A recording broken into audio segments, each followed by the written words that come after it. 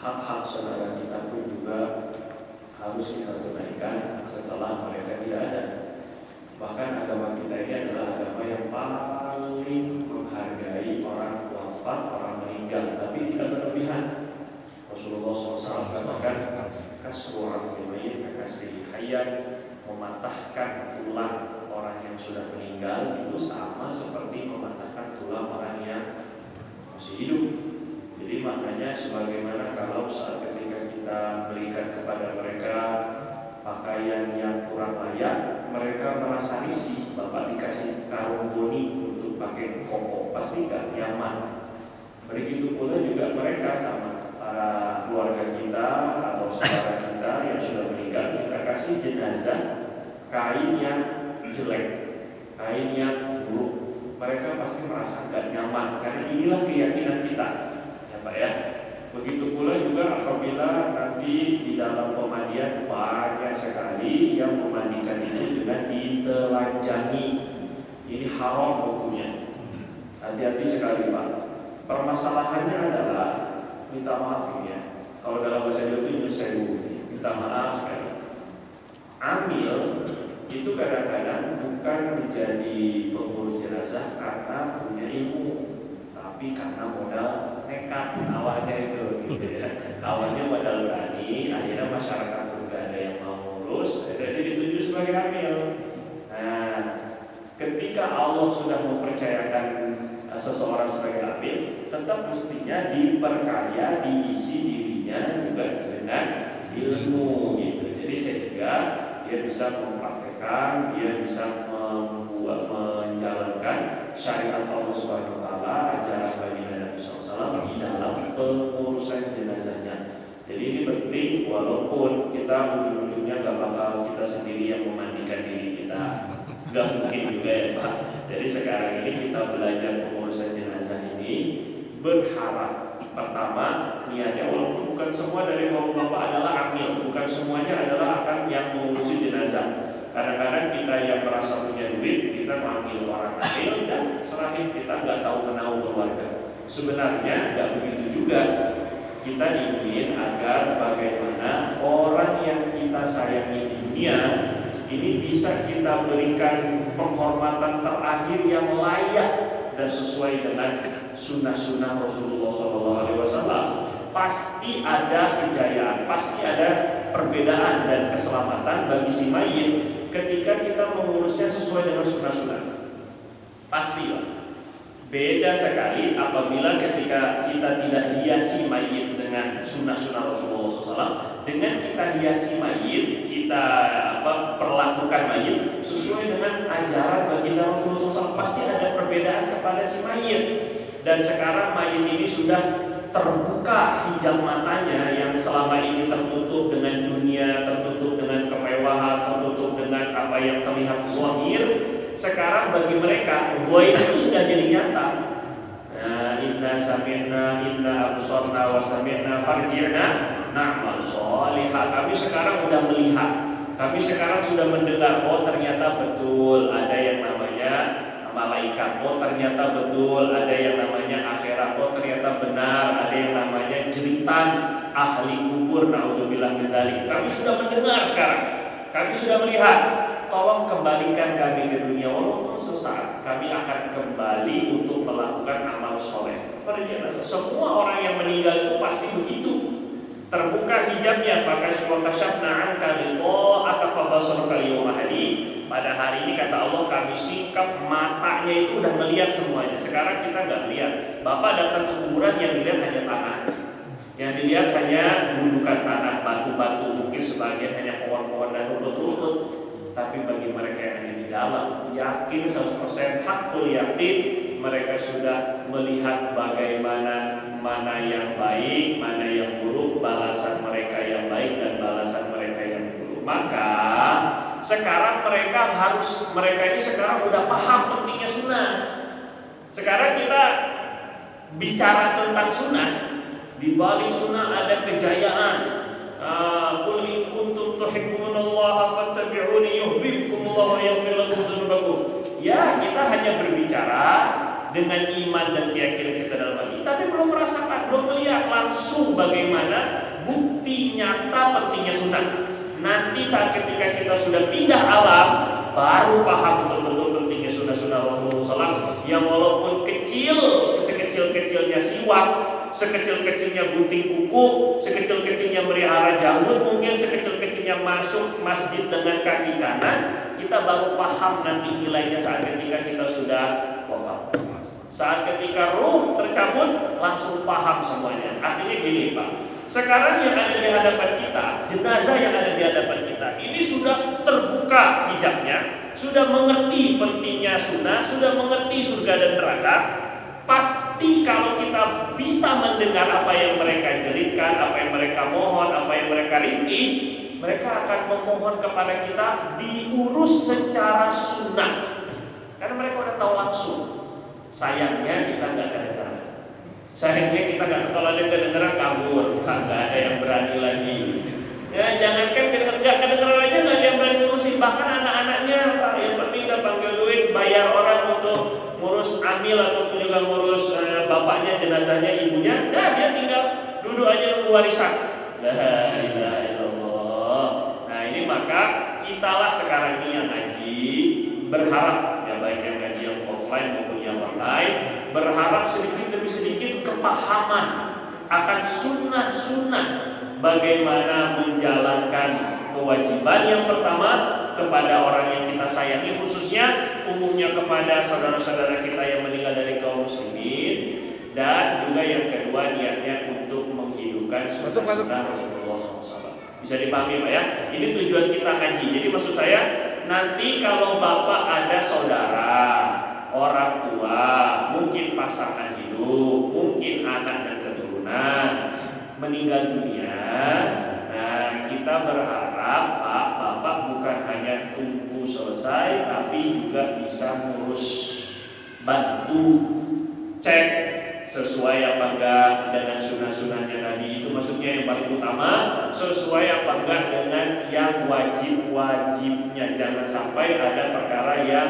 haram berlaku, di antaranya buka aurat. Jadi mayat sebagian tempat, nggak tahu saya di sini, semoga enggak, di sini saya nggak tahu pemandian di sini. Itu ada yang dibolak-balik, itu dia seperti patung, udah kayak boneka. Ya kayak nyuci mobil pakai selatan. Nah itu gak sopan Pak. Kalau sampai Bapak lagi tidur, terus Bapak dibuka auratnya, dimandiin, malu luar biasa.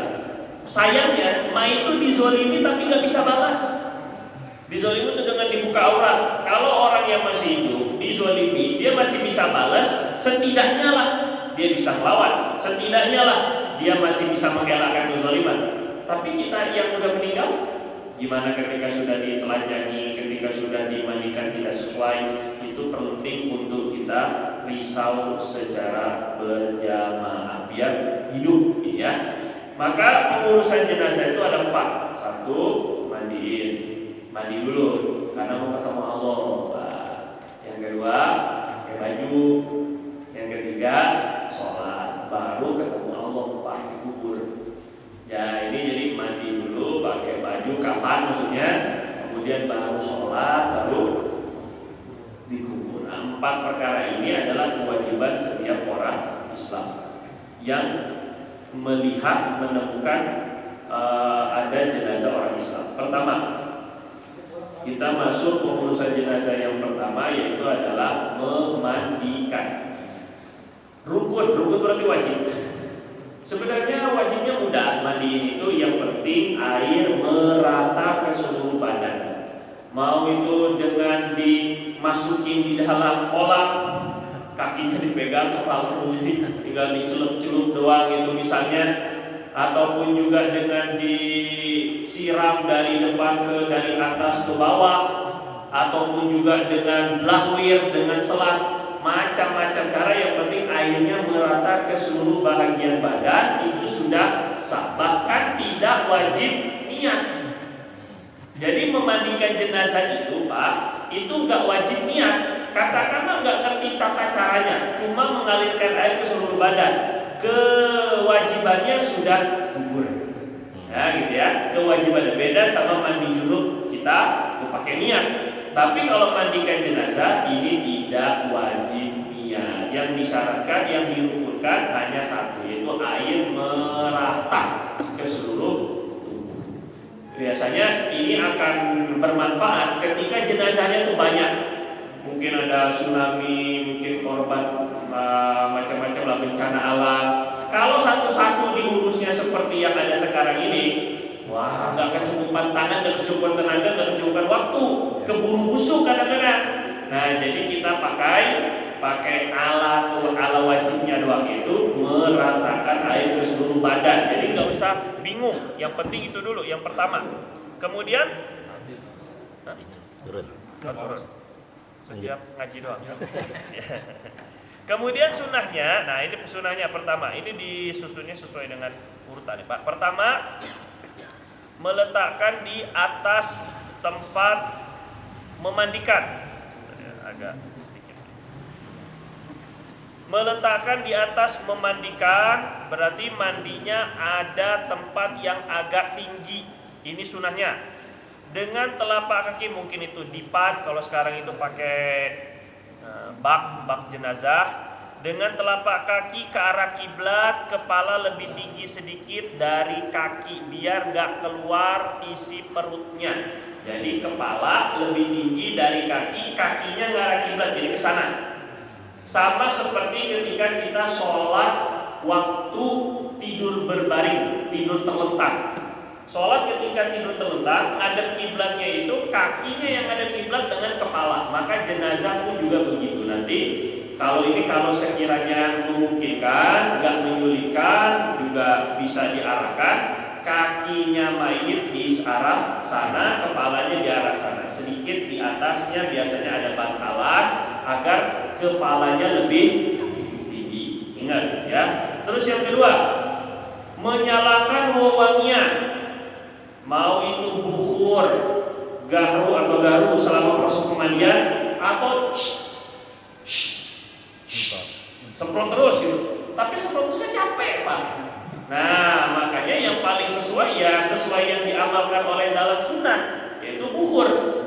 Nyalakan, dan biarkan aja apinya kemana-mana, asapnya kemana-mana, lebih wangi. Kenapa tujuannya wangi? Pertama, untuk menutupi aib mayit. Aib nanti keluar kotorannya, dia keluar kencingnya, keluar mungkin juga dengan pengeknya dia keluar, atau mungkin justru mayitnya udah agak lama jadi agak bau, macam-macam bau apa sajalah, bau badannya itu bisa menyamarkan, sehingga kita pun yang memandikannya itu tidak ada prasangka buruk. Ini mayit jadi banyak dosa, jadi bau badan kita pun banyak dosa lagi. Sudahnya mayit digibah lagi, naudzubillah min dzalik. Jadi hati-hati Pak. Ini tujuan yang pertama adalah untuk menyamarkan bau. Yang kedua, tujuan kita menyalakan bukhur ataupun gahru ataupun wewangian lah, pakai dupa pun nggak masalah. Ini bukan masalah tasyabuh ataupun menyerupai orang Hindu ataupun Buddha. Itu budaya Islam bukhur itu. Nah, jangan salah Pak ya. Bukhur itu memang budaya Islam. Baginda Nabi SAW itu bahkan dalam hadis riwayat Sayyidatuna Aisyah, saya dalam Bukhari, amarona Rasulullah SAW, Nabi SAW itu memerintahkan kami untuk bina'il masajid fidur, membangun masjid-masjid di perkampungan, di komplek-komplek, di pemukiman disuruh bangun masjid. Itu yang pertama. Kalau sekarang jadi musola. Wa an-nunadhifuha atau wa an-tunadhaf. Setelah masjidnya dibangun, dibersihin secara rutin. Wa an-tutayyab. Dan yang ketiga, setelah dibangun, dibersihin dan masjid itu diwangikan. Jadi zaman dulu mewangikan ruangannya jelas pakai bukhur. Bukan minyak kasturi disiram-siram. Mana lah orang ini bawahnya kan tanah. Terus gimana dia mewangikannya? Itu adalah dengan bukhur. Jadi bukhur itu memang sudah ada dari zaman Rasulullah SAW, itu sudah ada. Paham ya Pak ya? Ini bukan masalah serupa dengan orang Hindu. Kalaulah memang serupa pun karena dia ada dalam syariat kita pun juga nggak masalah. nggak ada larangannya juga. Jadi bukan semua yang menyerupai orang kafir itu jadi haram. Kalau begitu nih, kok dari Cina? Dari Cina. Gimana ceritanya jadinya? Jadi akhirnya jadi haram juga. Tuh peci kayak Paus. Gimana itu kan? Nah, seperti Paus Benedictus, Ketus, apa-apalah macam-macam. Pokoknya pakai peci juga. Apakah kita jadi pakai peci jadi haram? Yang biarawati pakai kerudung. Jangan-jangan nanti musliman kita nggak boleh pakai kerudung karena menyamai dengan biarawati. Naras ya, kan? Jadi nggak semua yang tasyabuh yang menyerupai itu jadi haram. Ini jangan semua diratakan begitu. Nah, termasuk ini buhur. Kalau kita nggak punya apa tadi buhur, dibeli, jadi disiapkan. Perlengkapan jenazah itu diantaranya adalah buhur. Itu Pak, ya. Dan itu Bapak nggak perlu repot-repot mikirin apa ya, merasa kadang-kadang aneh saya juga sama keluarga almarhum yang rasa-rasa sayang gitu mengeluarkan yang terbaik untuk jenazahnya. Padahal setiap jenazah yang meninggal itu akan diambil hartanya pertama kali terlebih dahulu justru untuk pengurusan jenazah dia sendiri. Jadi pakai duit dia pribadi, Pak. Kenapa jadi keluarga yang repot? Paham maksud saya, Pak? Kalau beli kain yang agak mahal itu katun, kan memang agak mahal. Iya, jangan beli yang murah di pasar yang kayak plastik, Bapak pakai pun panas gatel-gatel. Pak, belinya yang katun. Baginda Nabi SAW juga pakainya katun. Nggak apa-apa agak mahal, dari sekarang dipersiapkan Pak. Ini udah buka-buka akhirat, buka-buka surga ya Pak. Ya Bapak harus persiapan ini, ya kan? Jangan menganggap masih lama, tenang aja. Jangan, dari sekarang persiapan nggak masalah. Para ulama-ulama itu bahkan bukan hanya mempersiapkan bajunya atau kafannya ataupun perlengkapan mandinya, tapi juga bahkan seperti Sayyidatuna Rabi'ah Al-Adawiyah ataupun juga dengan Imam Abu Hanifah itu mengkhatamkan Quran di calon tempat makamnya. Jadi calon makam tanah yang akan dijadikan nantinya akan ada makam nantinya itu dibacakan Quran dulu, dizikir dulu, begitu lebih kurang. Sampai begitu ada sebagiannya.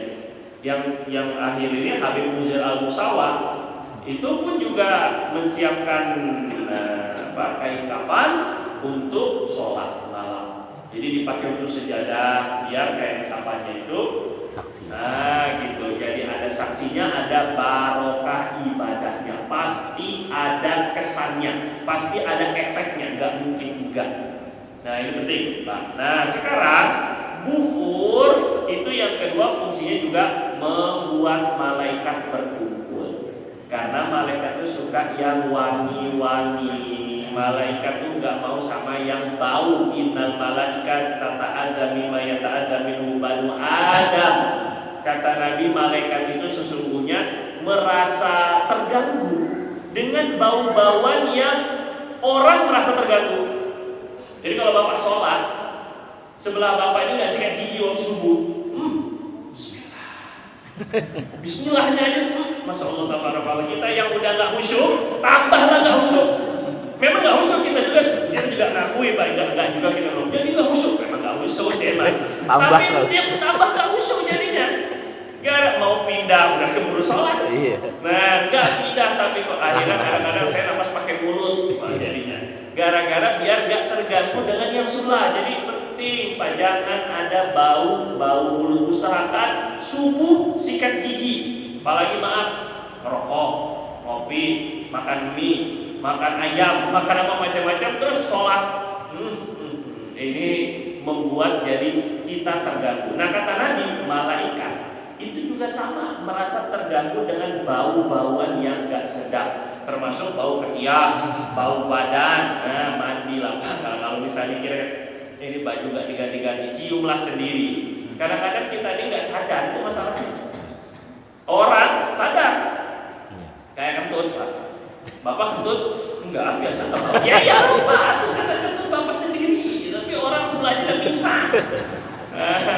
Jadi sadarlah gitu kan. Kadang-kadang kita mau ngomong pun gak enak, gak diomongin tapi ini musibah. Nah jadi kalau seandainya sudah bau kayak gitu, udah gantilah baju, mandilah. Nabi itu sampai marah gitu. Kata Nabi, ma yajidu hada ma yuhassinu sya'rah ma yuslihu sya'rah. Ini orang rambutnya tuh kumel, bau dan kusut. Nabi bilang, ini orang nggak punya krim, nggak punya sampo, apa nggak itu lebih kurang. Nabi tuh komplain Pak urusan kerapihan, kebersihan, komplain Nabi itu. Nah, ini ada orang pakaiannya lusuh, kotor segala macam. Kata Nabi, ama yajidu hada ma yuslihu thawbah. Riwayat Abu Daud. Apa orang ini nggak punya sabun untuk nyuci baju? Kata Nabi. Emang ini orang nggak punya baju yang lebih bersih? Nabi itu komplain Pak. Nah, nggak suka dengan bau-bauan bawang yang yang mentah. Makan bawang mentah biasa orang Arab, Pakistan makan bawang mentah. Akhirnya jadi wangi ketiak. Ya, jadi wangi yang nggak enak maksudnya ini kan. Kalau nggak percaya, kalau umroh terus dalam keadaan keringetan di belakang orang, masya Allah, tabarakallah. Tapi ya kita jaga hati, kita yang nyium, kita jaga hati. Husnuzon mungkin wali Allah lupa mandi apa terlalu sibuk dengan ibadah. Kita yang jaga hati maksudnya. Tapi kita yang punya badan jangan nggak merasa. Wah, ini udah jadi wali, makanya liriknya. Nah, nggak begitu juga Pak ya. Kembali, jadi bukhur kita berharap malaikat pun senang dengan si mayit karena kita menyalakan bukhur atau wangi-wangian. Banyakin malah. Apalagi kalau sudah mau proses ngeluarin ininya, pastikan bukhur nyala dulu. Jangan mandikan dulu sebelum mandi. Ngerti Pak ya? Nah, ini yang kedua. Jadi wangian bukhur selama proses pemandiannya. Oh, saya nggak mau pakai bukhur, wanginya nggak enak. Ya sudah, siapkan orang tuh spray. Terus-terusan. Stella kah atau apalah nama-namanya nggak tahu satu. Nah, yang penting wangi lah intinya ya. Yang ketiga, menuangkan air bersih, air murni dari kepala sampai kaki, gosok badannya dengan tangan kiri dengan potongan kain seukuran telapak ini belum mandi. Baru bilasan awal, ini belum diniatkan untuk mandi. Jadi awal itu pemanasan apa lebih kurang kan? Basahi dulu kepala sampai leher. Kemudian tangan kanan bagian depan. Tangan kanan semua ini bagian depan juga sama sampai bawah. Kemudian bagian kanan belakang tarik dulu kainnya. Kalau prosesnya gitu dia caranya. Ini kan ditutupi kain, wajib ditutupi kain Pak, jangan dibuat bugil. Nah, pas ngebalikin mayitnya itu biasanya si pemandi petugas itu enggak peduli, kurang perhatian. Jadi main bolakin aja, main miringin aja, enggak. Tarik dulu ini bajunya. Boleh pinjam sorban Pak sebentar. Nah, misalnya ini contoh ya. Ini kan awal kan di sini awalnya dia dikasih sorban kain. Nyiramnya pun dari atas Pak. Nyiramnya pun dari atas. Kainnya bagusnya yang tembus air. Kalau seandainya nggak tembus air, untuk memastikan nyiramnya dari dalam begini. Apik sekali. Jadi jangan dibuka. Malu lah aku kata mayit kan. Hati-hati ini kan. Nah, waktu pas mau miringin, ini kan kainnya tadi gini. Waktu mau miringinnya kemana? Mau miringin ke kiri, buat basuh yang sebelah kanan belakang. Nah, maka kainnya ditarik dulu ke kanan. Jadi pas miringin langsung ketutup. Bukan telanjang, wah buburnya kelihatan, masya Allah, kan gak enak dilihatin gitu. Kita yang mati-matian menjaga aurat puluhan tahun, waktu kita meninggal, la ilaha illallah, orang yang gak kenal dengan kita, yang haram melihat kita, melihat bubur kita di situ mungkin ada apa, kita nggak tahu, nggak mau Pak. Makanya semoga yang ngurus jenazah kita orang-orang soleh, orang-orang yang ngerti, paling penting. Makanya penting kasih tahu kepada keluarga, kasih tahu khususnya waktu khusus anak. Jangan nggak belajar, ya. Walaupun bukan kamu yang ngurusi secara langsung, tapi juga ada minimal anak tuh bisa bantuin, auratnya langsung ditutupi. Nah begitu maksudnya. Saya punya santri di Poncol tuh di Cibinong situ di dekat pondok, nangis waktu orang tuanya meninggal waktu dimandikan. Bapak dimandinya ditelanjangin. Padahal dekat pondok, la ilaha illallah. Ya kadang-kadang Pak, ya gimana ya, ngasih taunya ini salah satu penyakit. penyakit ilmu itu adalah sombong. Dia merasa berpengalaman, merasa lebih tua, merasa gue udah tahu. Akhirnya karena main pengalaman, main usia, main senioritas, gak mau ngaji, gak mau belajar lagi. Kalau misalnya kita bikin ini misalnya daurah atau pelatihan tentang pengurusan jenazah, itu merasa tersaingi itu kadang sebagian orang mengambil seolah-olah bakal diambil di lapak saya. Nah, justru untuk membantu Anda itu maksudnya. Kamu tetap kita kasih akhlak tenang, tetap Anda tetap kita panggil iya. Justru ini kita harapkan agar orang masyarakat itu membantu Anda dalam menegakkan sunnah atau melaksanakan syariat Nabi tadi itu. Ini penting ini, paling penting di mandi ini permasalahan aurat. Jangan sampai terbuka. Jadi geser dulu ke kanannya mayit, baru mayitnya ditarik dari arahkannya dia bantu dari sebelah kiri. Tarik pelan-pelan pengen. Nah, baru dari bawah kan tadi ketutup sudah. Nah, dari bawah tuh disiram. Jadi bukan dilihat, bukan. Gak perlu, udah cukup terus dari bawah. Jadi ini tutup kain, dari bawahnya disiram. Begitu. Jadi si pemandi pun nyentuh enggak nyentuh. Dan lihat enggak. Nyentuh enggak gimana? Karena dia pakai sarung tangan.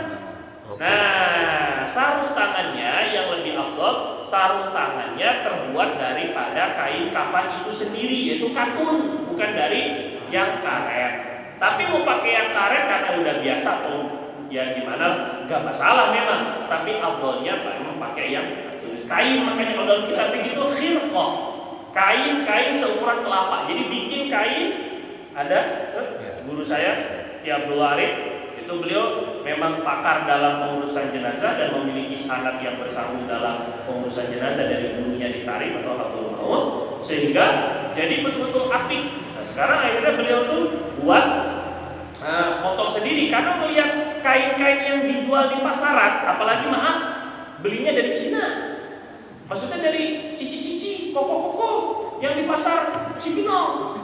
Akhirnya dia kan nggak tahu menahu tentang syariat, yang penting dia mau menyediakan minyak wangi Putri Duyung. Bapak ngeliat, cek, beli tah kalau nggak berdaya. Sabunnya gift Putri Duyung gambar wanita, seksi, minyak wanginya murah lagi. Kalau bapak pakai pun gatal kali. Terus sabunnya sabun gift pun lagi-lagi wanita seksi juga. Di dalam area pemandian ada maksiat di dalam. Coba kayak apa ya? Gimana mau rahmat Allah turun kira-kira kepada mayat? Nah, ini yang kita khawatirkan.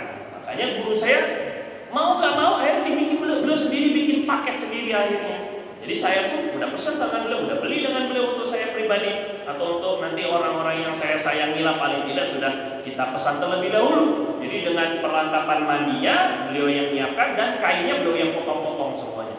Lengkap dengan semuanya, termasuk sunnah-sunnah kainnya sesuai dengan sunnah itu kain katun. Nah, terus kemudian Bapak kalau mau pesan silahkan ke saya nggak ngambil untung, ini bukan jualan, jangan salah ya. Tenang aja Bapak, saya hanya perantara aja biar bisa ngamalin sunnah. Kalau Bapak mau niru, ambil satu sampel, beli dari satu sampel dari beliau. Oh ini aja, beliau sukarela, nggak masalah, justru malah senang. Bukan beliau pengen bikin pabrik perlengkapan jenazah. Nah, jadi siapapun misalnya Bapak mau niru, oh ini saya mau bikinkan yang lebih bagus, tapi caranya ini konsultasi dengan beliau sangat terbuka. Jadi bukan karena bisnis, bukan karena untuk nyanyi pelapa-pelapa itu, bukan, tapi menghidupkan ini syariat ini masalahnya. Jadi kalau dengan beliau tuh kita udah dapat buhur, udah dapat gahruk, tinggal beli ininya aja lagi, pembakarnya, korek apinya, kan? Menuangkan yang itu sudah, gosok badannya dengan tangan kiri. Ini dilipat. Nah, beliau juga sudah buatkan dari kain kapan itu dijahit kotak. Jadi kain-kainnya, kain kapan itu dipotong seukuran telapak. Jadi dia buat begini. Nah, terus ujungnya dijahit, sini dijahit, sini dijahit. Bukan harus bentuknya begini, nggak usah begini jadinya. Setelahnya di ujung sini ada kain kapan panjang talinya untuk dililitkan di tangan. Jadi begini jadinya bentuknya. Nah, jadi bukan bentuk tangan, nggak usah tuh merepotkan. Jadi tujuannya untuk bisa menggosok. Bapak kalau nyuci gosok badan, mana yang lebih bersih? Pakai sarung tangan karet atau pakai kain katun?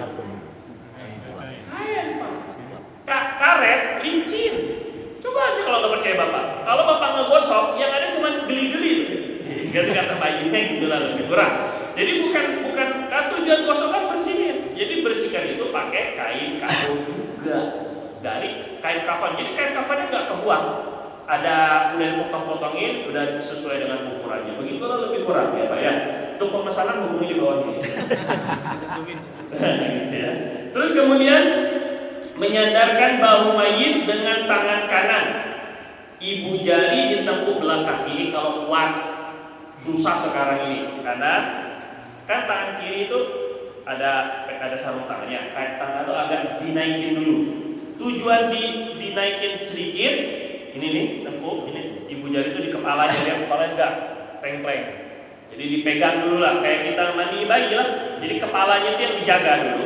Terus kemudian agak duduk sedikit kan, jadinya. Tujuannya adalah kemudian tangan kiri mengurut perut, ditekan perutnya untuk ngeluarin kotoran. Jadi diangkat sedikit, terus ditekan. Nah, ini dia. Kalau dengan secara perlahan, enggak diremes-remes, udah sedikit aja tekan, lalu mengembalikan mayit ke posisi semula sambil menekan. Tujuannya kan ngeluarin kotoran, ya kan? Isi perutnya, sisanya tuh.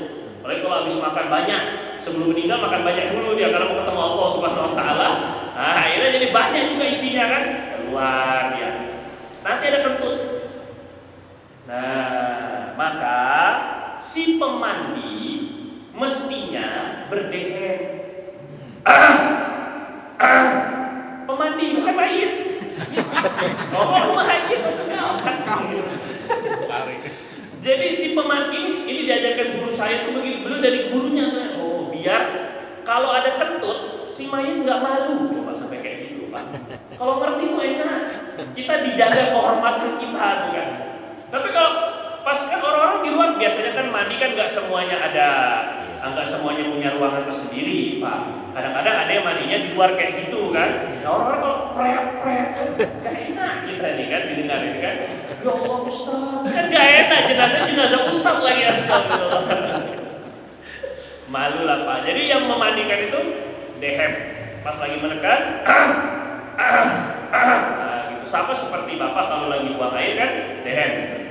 Ya. Terus kemudian setelah habis kotorannya mayit, selanjutnya membersihkan kemaluan mayit. Jangan nyentuh langsung, nggak boleh haram. Pakai sarung tangan tadi kiri. Terus siram yang banyak. Dan biasanya ada petugas penyiram. 2 orang biasanya bantuin, 1 orang sebagai pimpinannya lah, dia yang gerak-gerakan, dia yang gosok-gosok. Itu siramnya banyak terus. Buhurnya nyalain dulu, jadi sebelum dikeluarin kotorannya, buhur, tambahin lagi buhurnya, kan? Jadi wangi kan? Nah, baru diperes-peres lagi tadi, terus disiramkan air yang banyak biar cepat keluar dari bawahnya. Nah, begitu caranya Pak. Terus kemaluan mayit sudah, bagian sekitar dengan tangan kiri dilapisi potongan kain tentunya, mengeluarkan air, mengalirkan air yang banyak, sudah ya. Setelah itu, setelah bersih kotorannya, pertama intinya basuh. Yang kedua, keluarin kotorannya. Berikutnya, gunakan potongan kain lain. Kan ini kan udah bekas empuk. Ini kan, yang tadi udah bekas gitu ya. Semuanya udah dipakai. Buang Pak, dan tidak dilihat. Ada nggak ya? Masih ada nggak? Pokoknya agak-agak aja, kira-kira aja kan. Bersih, siram. Setelah udah dipakai langsung buang. Nah, kalau kain, kalau yang karet itu dia nggak kurang mengangkat tuh, karena licin. Bapak gimana sih? Namanya dengan sesuatu yang licin kan enggak. Nah, nggak keset gitu, nggak ngangkat ininya kotorannya. Makanya lebih afdal memang pakai kain katun. Kalau pakai karet pun tambah lagi kain lagi. Jadi 2 double. Karena ini megang kotoran orang, takut nanti tangannya bau dan sebagai oke lah, pakai karet tambah kain lagi di tangannya. Ada yang ngamalin? Wallahu a'lam kan. Belum tentu diamalkan kalau nggak ngaji. Yang ngaji pun belum tentu ngamalin. Terus pakai potongan lain, berarti ada sarung tangan yang kedua. Minimal sarung tangan itu memang 2. Jadi setelah kemaluan, buang langsung, jangan dilihat, jangan diperiksa. diperiksa, nggak perlu diperiksa macam-macam, langsung pakai yang baru. Yang kedua ya. Selanjutnya mana tadi? Bersihkan kotoran, untuk membersihkan kotoran yang ada di bawah kuku telinga, bagus dengan korek telinga yang lembut. Kalau guru saya pakai tusuk gigi. Kalau kata bak masuk ke kuku kan susah Pak. Nah, jadi bersihkan kuku dulu. Setelah kemaluan, banjur semua air, kemaluan, kuku telinga, kuku tangan dan kaki. Bagus dengan korek telinga. Ini korek telinga ini bahasa saya. Yang lebih tepat itu adalah tusuk gigi. Itu lebih enak masukannya ya, bersih. Yang hitam-hitamnya tuh Pak, yang hitam-hitam. Kalau korek telinga nggak bisa bersihkan hitam. Nah, ya.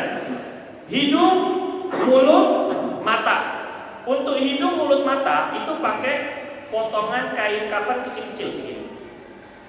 Bukan pakai sikat gigi. Bukan pakai katan bat dikili-kili, bukan. Jadi pakai potongan kain, dimasukin pakai kelingking, di potongan kain kecil nih. Nah, gini ya. Nah, kayak gini. Wah, ambil lagi. Jadi ada beberapa, ada 16 kan atau berapa belas itu potongan kain itu. Satu lubang 3. Ini 3 kali. 3 kain berarti 3 poin kain kecil gitu. Dari kain kapannya? Ambil, seret, buang. 2 kali, 3 kali. Lubang kiri 3 kali. Kemudian telinga kanan 3 kali. 1, 2, 3. Buang langsung. Telinga kiri 3 kali. Pakai kelingkingnya si pemandi. Gitu ya. Termasuk siwak. Untuk gigi, karena dia mau wudu, karena ini siwak dulu. Siwaknya bukan pakai kayu siwak, tapi pakai potongan kain lagi. Jadi ambil kanan dulu, seret, masukin jari seret ke kanan, bagian kanannya mulut kain kanan lain, buang 3 kali kanan, 3 kali kiri. Jadi udah berapa tuh? 3. Mata juga sama. 1, 2, mata kanan 3, kiri 3. Jadi diusap-usap aja pakai potongan-potongan kain. Terus kan, habis deh. Terus selanjutnya mau wudu. Kemaluan, kuku dan lubang-lubang 3, wudu. Wudunya secara sempurna, mewudukan secara sempurna itu berarti sunah-sunahnya. Mulai dari kumur-kumurnya gimana? Kumur-kumur caranya masukin air miringin ke kiri. Masukin air miringin. Jadi bukan suruh, nggak bisa lah Pak. Jadi agak buka sedikit kan, masukin dikit, biar nggak masuk ke dalam tubuhnya. Ya karena mayit itu kalau masuk air dalam tubuhnya makin cepat busuk. Makanya jadi nggak masuk ke dalam, bukan diminumin bukan, masuk langsung begini, langsung dimiringin. Jadi dia keluar nanti airnya. Itu kumur-kumur, masukin ke hidung. Baca doa-doa saat ketika basuh tangan. Ya Allah, ini berikan catatan amalnya dengan tangan kanan, dan pas ketika kumur-kumur ya Allah buat dia bisa sabit bil qauli sabit, buat dia bisa menjawab pertanyaan munkar dan nakir. Jadi semuanya dikasih doa. Hidung ketika masukin air ke hidung ya Allah buat dia bisa mencium wangi-wangian surga.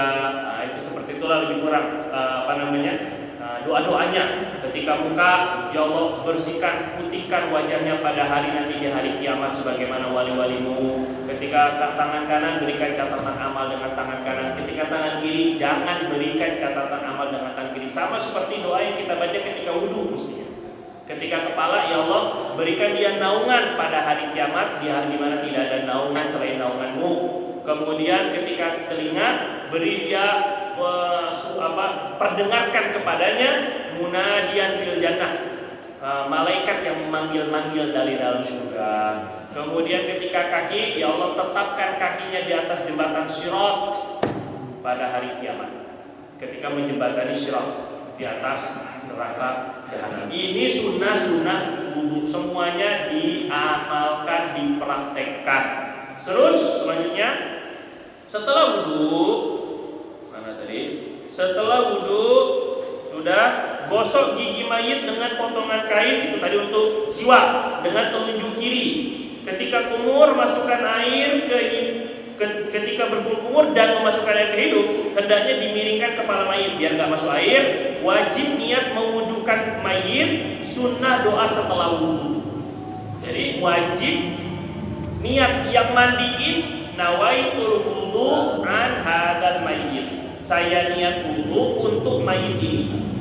Ya, kalau mandi sunnah niatnya, mandinya wajib. Kalau mewudukan, wudunya sunnah, tapi niatnya wajib. Kebalikan dari mandi. Kalau wudu, wudunya sunnah, tapi meniatkannya harus. Kalau enggak, dia enggak jadi wudu untuk mayit. Selanjutnya, memandikan mayit dengan air daun sibir atau daun bidara. Sabun lah, air sabun. Dimulai dari atas kepala hingga dagu. Ini urutannya. Sunnah lah, alhamdulillah. Tadi sebenarnya di banjur udah selesai, wajib. Tapi kita ingin dapat sunnahnya, kepala sampai dagu dulu. Semua rambutnya dulu, apalagi yang rambut panjang ibu-ibu dibasuh dulu rambutnya sampai ke leher, sampai ke dagu. Kemudian tangan kanan jari sampai bahu. Kemudian selanjutnya bagian badan sebelah kanan depan dari atas sampai kaki ini. Terus dibaju pakai air sabun atau pakai sabun. Sabun sekarang ada sabun bidara, pakailah sabun bidara. Kalau dengan Syekhuna Ki Abdul Arif, beliau yang bikin itu udah pakai dapat sabunnya sabun bidara, bukan sabun gift. Nah, bukan sinis dengan giftnya atau luxnya Pak, tapi gambarnya itu. Nah, dan kadang-kadang ya itulah buat mayit ini kan ini orang tua kita, ini kan pasangan hidup kita, ini kan orang yang kita sayangi, lagi mau pakai duit dia ini, gitu mestinya tuh pakai duitnya si mayit gitu. Jadi nggak usah sayang kalau itu orang duit dia, sepanjang hidup dia usahakan, ya. Nah, terus kemudian memandikannya tadi depan atas sampai bawah, kemudian kiri atas sampai bawah, baru lalu naikkan kaki kanan ke atas kaki kiri, gini, buat siap-siap mayitnya dibalikan. Sebelum dibalikan tadi tarik dulu kainnya, baru dibalikan ke arah kiri biar kanan belakangnya ke basuh, kanan belakangnya. Terus selanjutnya kiri sama juga gantian. Tadi kaki kanan naikkan ke kaki kiri, baru dibalikin, baru ditarik. Jadi dia jadi miring begini. Nah, setelahnya balikan ke posisi semula, kaki kiri ke atas, baru ditariknya dari sebelah kanan, tariknya ke kiri. Dari kiri, tariknya ke balik, benar, dari kanan, tariknya ke kanan, biar yang bagian kiri atas kiri belakang ini kena air mandi atau air sabun atau pakai sabun. Selanjutnya itu tadi sama, lakukan hal ini digosok secara lembut. Membilas dengan air dengan cara yang sama seperti sebelumnya. Kepala, kanan depan, kiri depan. Kenapa? Kanan depan mestinya kanan belakang dulu. Tapi untuk memudahkan. Sebab biar sekalian depan duluan semuanya, kan? Baru diikat. Mau kanan depan, kanan belakang dulu pun juga sunnah. Dapat mendahulukan yang kanan. Baru membilas dengan air dengan cara seperti tadi. Kepala, kanan depan, kanan belakang, atau kiri depan, kiri belakang, itu sama semuanya ya. Urutannya begitu, sama seperti kita mandi junub, sama seperti kita mandi biasa, itu pun juga sunnahnya begitu. Pada bilasan yang ketiga, pertama bilasannya adalah air bersih doang. Itu nggak terhitung, itu baru pemanasan. Baru air dengan bidara sabun atau sabun, itu yang kedua. Yang pertama itu justru air dengan sabun, itu yang pertama. Yang kedua air bersih. Yang ketiga air kafur, air campur sedikit kafur bagus. Kafur bagusnya sudah ditumbuk, bukan bulat-bulat itu buat lemari, buat WC itu. Kafur bagusnya udah ditumbuk, udah halus, jadi dicampur dengan airnya. Ini biar mengawetkan lebih lama. Dan ini sunnah kafur. Nabi yang suruh itu pakai kafur. Miringkan kepala mayit dengan lembut agar air yang masuk dapat keluar lagi. Jadi ada 3 bilasan. Nanti pada bilasan yang kedua tadi itu pas bilasan setelah sabun, kemudian kain kafur itu diniatkan untuk mandi. Catatan, wajib memejamkan pandangan ketika terlihat aurat mayit. Sunnah pada badan selain aurat. Kalau kebuka, misalnya kebuka perut kan bukan dada, misalnya kan dada bukan aurat, tapi sunnah untuk kita tetap menundukkan pandangan yang memandikan. Makruh mengambil rambut dan kuku mayit. kuku mayit panjang, rambut mayit panjang, nggak perlu dipotong. Makruh hukumnya, kecuali ada hajat yang menuntut. Wajib bersifat amanah. Kalau melihat kebaikan, ceritain. Kalau melihat keburukan, ufuan masawihim. Jangan cerita tentang keburukan mayit. Kita pun akan mati nanti. Jangan-jangan nanti Allah perlihatkan juga keburukan kita setelah mati. Alhamdulillah. Lebih baik yang memandikan mayit adalah orang yang lebih paham ilmu fikih dan sama gender dengan mayit, sama-sama laki. Pak, bapak boleh memandikan beda jenis hanya kepada istri. Ibu nggak boleh. Gitu ya. Perbedaan lawan jenis itu hanya boleh suami dengan istri. Istri kepada suami itu boleh. Selain itu nggak boleh. Ibu nggak boleh. Nah, jadi kita nggak boleh ikut memandikan ibu. Makanya istri kita harus paham. Anak-anak saudara-saudara kita sesama perempuan harus paham. Paling nggak ketika membantu itu ini paham. Minimal poin-poin utamanya lah minimal, gitu kan. Terus kemudian lebih baik bukan. Jika tidak ada orang yang sama gender untuk memandikan mayit atau sulit dimandikan seperti mayit hangus terbakar, maka hanya ditayamumkan. Oh, yang bisa mandiin cuma laki, yang perempuan gak ada, sedangkan jenazahnya perempuan. Udah nggak apa-apa mandiin aja darurat. Hati-hati. Ini jenazahnya janda lagi, masya Allah. Ini jenazahnya masih muhai lagi, masih perawan lagi, nggak ada. Tetap ditayamumkan aja. Mendingan gak usah dimandiin daripada nanti macam-macam malah. Nah ya, ditayamumkan hanya muka dan tangan. Terus ditayamum, saya lihat tayamum untuk si mayit ini. Muka, terus tangan, biar bisa disolati. Sebab jenazah yang tidak dimandikan dan tidak ditayamumkan nggak boleh disolati, nggak sah sholat jenazahnya. Itu permasalahannya ya. Terakhir, jika ada orang sudah ya, hanya ditayamumkan sebagai pengganti mandi. Wallahu ta'ala a'lam bishawab. Alhamdulillah tepat. Nggak ada pertanyaan ya Pak? Ada Pak. Oh ada? Ya. Ada menanti Pak. Assalamualaikum warahmatullahi wabarakatuh. Mohon maaf ini walaupun sudah lewat isya, tapi karena ini mungkin harus ditanyakan ke Ustaz. Tapi memang ini tema pertanyaannya ini di luar dari yang jenazah. Jadi begini Ustaz. Dari jamaah kami lah, dari jamaah kami ada yang menanyakan kalau sebelum khotib Jumat itu naik mimbar kita baca sholawatan, itu di mana? Sambil ngedarin. Oh iya, propak. Ya, propak. Terus yang bapak tanya apanya? Hukumnya itu, bahkan ada yang nanya sanadnya dari mana? Oh, pertama Pak, Nabi SAW katakan, Inna min afdali ayyamikum yaumal jum'ah. Sesungguhnya sebaik-baik hari kalian adalah hari Jumat. Fihi khuliqa Adam wa fihi ukhrija minal jannah wa fihi yamutu. Di dalam hari Jumat Nabi Adam dikeluarkan diciptakan, hari Jumat dikeluarkan dari surga, dan hari Jumat juga meninggal dunianya. Nah, fa'afiru fihi as-sholata alayya, maka perbanyaklah kalian sholawat kepadaku di hari Jumat. Fa'innaha ma'rudatun alayya, karena sholawat di hari Jumat itu akan diperlihatkan langsung kepadaku di kubur.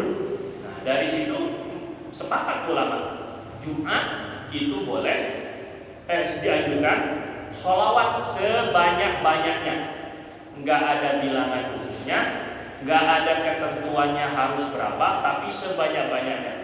Kalau kata ulama fikih dikatakan banyak itu minimal 300, itu minimal. Ya minimal. Kalau dibilang banyak itu minimal 300 baru dibilang banyak. Kalau menurut sufi banyak itu harus 12.000 baru banyak. Nah, jadi sekarang bapak pilih mana, fikih atau sufi ya? Tapi yang jelas memperbanyak sholawat itu dalilnya ada di dalam hadis sahih hari Jumat. Kemudian dengan berjamaahnya itu dengan hadis Nabi Muhammad qaumin, ada satu kaum yang yajlisuna Allah, mereka duduk untuk zikir kepada Allah, illa hafathumul malaikat. Ini zikir, sholawat itu zikir, melainkan malaikat akan berkerumun. Kalau zikir ketika sendiri-sendiri belum tentu malaikat akan berkerumun. Mungkin malaikat maut, malaikat rahmat itu berkerumun. Wa nazar wa wasyakumur rahmah, akan turun rahmat dan seterusnya, disebut Allah SWT. Intinya zikir berjamaah dimasuk di dalamnya sholawat, itu pun juga banyak dalilnya. Zikir berjamaah itu banyak dalilnya. Kemudian yang ketiga adalah saat ketika mau nunggu khutbah. Ini pun juga bahagian daripada salah satu waktu yang ijabah. Jadi Nabi bilang memang disembunyikan. Sesungguhnya dalam hari Jumat itu ada satu saat, ada satu waktu, tidaklah seorang muslim berdoa dalam keadaan sholat di hari Jumat illa ujibalahu, malaikat pasti diijabah. Jadi kata ulama, maksudnya berdoa ketika sholat termasuk doa ketika nunggu sholat. Nah, makanya saat ketika ada seorang sahabat namanya Ibnu Abdissalam, itu sholat asar, setelah sholat asar kemudian ngedoa. Beliau punya pendapat bahwa doa yang mustajab di hari Jumat itu harus habis asar. Oh bisa, asar itu nggak boleh sholat. Sedangkan dalam hadis yang diijabah itu doa ketika sholat. Jadi kata beliau itu orang yang menunggu sholat akan dapat pahala sholat. Ar-rajulu fi sholatin mantazara sholat, kata Nabi, orang yang menunggu sholat itu sama dengan dalam keadaan sholat. Jadi kalau Bapak habis sholat asar Jumat terus kemudian doa, walaupun nggak lagi sholat tapi lagi nunggu maghrib, dapat dalam keadaan sholat. Itu masuk dalam kategori dalam hadis. Sama seperti kita nunggu khotib khutbah, itu pun lagi nunggu sholat dalam keadaan sholat. Jadi ini juga waktu ijabah. Sholawatnya di hari Jumat ada dalilnya, kumpulan zikir pun ada dalilnya, kemudian waktunya pun termasuk waktu ijabah. Lantas apa yang dicegah? Nah itu maksudnya kan, yang tiga ini sholawat apa enggak? Itu masalahnya, itu kan. Nah kalau sholawatnya sendiri-sendiri, ya silakan saja sholawat sendiri-sendiri, tapi tidak boleh menyalakan sholawat berjamaah, karena bagaimanapun berjamaah pun punya dalil-dalil yang banyak dan memiliki manfaat. Manfaatnya membuat orang yang enggak zikir atau enggak sholawat juga jadi bersholawat. Kalau sendiri-sendiri tidur, percaya kalau nggak percaya. Nah, dari kita zikir Pak ya, subhanallah 1000 kali, subhanallah paling berapa? Tapi kalau keluar suara semuanya subhanallah, subhanallah, subhanallah, subhanallah, subhanallah, minimal dia akan ada semangat, minimal ada suasana, terus kemudian membuat jadi tidak mengantuk. Jadi banyak manfaatnya. Lantas apa permasalahannya nih kan? Sebahagian ada yang gak suka karena mengganggu orang sholat. Orang yang sholat qobliyah, orang yang sholat tahiyatul masjid lah, sholat tahiyatul masjid kah, sholat duha kayak sholat apa, kemudian kita jadi terganggu. Mengganggu dan tidak mengganggu itu sifatnya nisbi. Enggak semua orang merasa terganggu. Jangan-jangan karena dengar sholawat justru malah tambah khusyuk. Justru kalau hening malah gak khusyuk. Gini maksudnya, kalau terganggunya tuh dengan musik, itu mengganggu pikiran karena nggak ada hubungan dengan Allah. Tapi kalau mengganggunya dengan zikir, itu justru mungkin tadinya bengong, ini lagi sholat ini saya, ini lagi dengar. Nah itu maksudnya lagi dengar sesuatu yang mengingatkan kepada Allah. Berarti maknanya belum tentu mengganggu. Jadi tidak semuanya merasa terganggu. Apalagi kalau memang sholawatnya nggak terlalu kenceng. Jadi kita nggak pakai mic. Allahumma sholli. Akhirnya semua pada sholawat dengan suara bapak-bapak tuh kan bass. Dia nggak mengganggu, bukan ceprek ibu-ibu. Masya Allah, Allahumma sholli. Semua ibu-ibu begitu. Nah, jadi maksudnya adalah dikatakan mengganggu itu belum pasti. Nah, sedangkan sholawatnya sudah pasti dapat fadilah, mengganggunya belum pasti. Tambah lagi salah sendiri, siapa suruh datangnya lambat. Itu contoh saja, gimana maksudnya kan. Tapi ala kulli hal memang kita yang penting yang sholawat dapat manfaat sholawat lebih banyak. Kalaupun ada yang merasa terganggu itu nggak sampai haram dan hanya 1-2 orang yang mendapatkan manfaat sholawatnya, justru malah puluhan orang. Jadi jangan sampai gara-gara yang satu terus kemudian kita hilangkan manfaat untuk puluhan orang. Nah itulah lebih kurang. Tambah lagi, waktu buat ini kelompok itu penting. Itu masalahnya. Kalau kita edarkan ketika khotib sedang khutbah, sebagian pendapat ulama jadi lago. Wa man lago fala jum'ata lahu. Dia jadi nggak dapat pahala Jumatan secara sempurna. Ketika khutbah, belum masukin nyari duitnya lagi, belum apa kiuris lagi, ada yang sebagiannya begitu lagi, malah jadi balas WhatsApp, nggak jadi sedekah jadinya, gara-gara buka handphone. Jadi ketika khutbah nggak ada, setelah sholat salam kabur, sebelum adzan belum ada ngumpul.